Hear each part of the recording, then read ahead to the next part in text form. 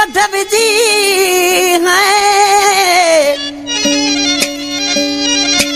वयो अंदर में वठ विझी आए सजण जो ॾाढो सूर मूं कया मंज़ूर आज़ार सभई इज़त खान चवे ही इज़त खान गबोल गगर फाटक खां मुझो प्यारो परी दोस्त है मोहम्मद खान गबोल याकूब जो भाउ छॾियल अलीगुर चांडिया आज कृषि पंहिंजे महबूबे छा पियो चरा मोकिले ऐं पंहिंजे दोस्तनि खे छा पियो चवे त ॾुख प्यारे माण्हू जो थींदो आहे ॿिए जो कोन थींदो आहे जंहिं माण्हू हले माण्हू ॾुख थो ॾिसे ओ माण्हू छॾे थो त ॾुख थो थिए जंहिं माण्हू हले माण्हू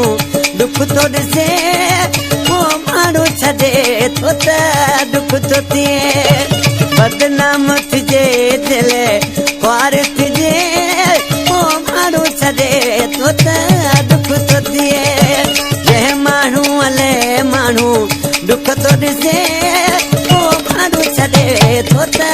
ॾुख थो थिए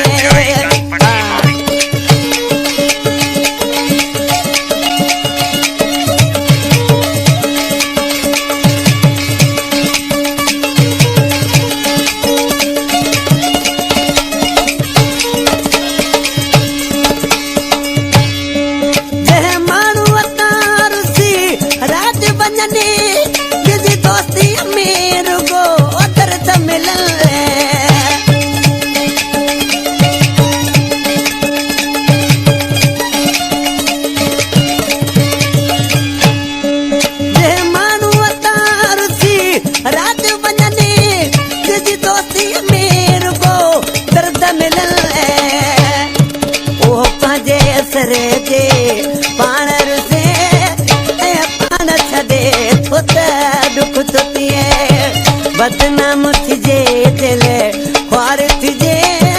ओ माण्हू छॾे थो त ॾुख थो थिए जंहिं माण्हू हले माण्हू ॾुख थो ॾिसे ओ माण्हू छॾे थो त ॾुख थो थिए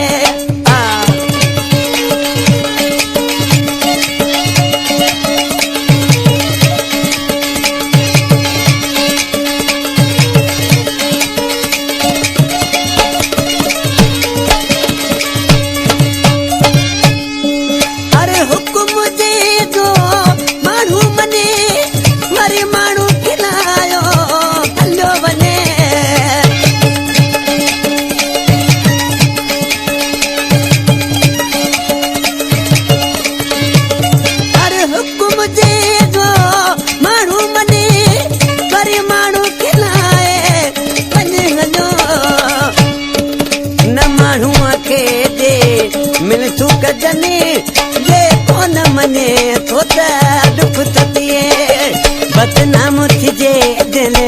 ख्वार थिजे ओ माण्हू छॾे थो त ॾुख थो थिए जंहिं माण्हू हले माण्हू ॾुख थो ॾिसे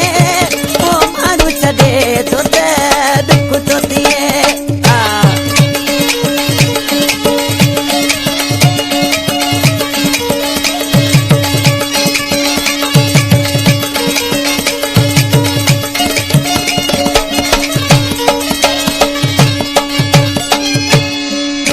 शायरा आलम मक्सी ॾितावा खां जेको ओस्मान पालारी जो शागिर्द आहे पर ॾिसी नाले वारी मिसरान छा थो चए जेका मन हक़यात वञो तिन सामने मां वेठो रहां हूं वेठो खिले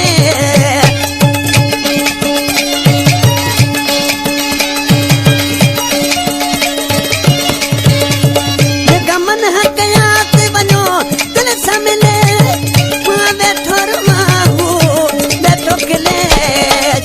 आलम मक्सी मारो विझे जे मारे छॾे थो त ॾुख थो थिए बदनाम थिजे दिल ख्वार थिजे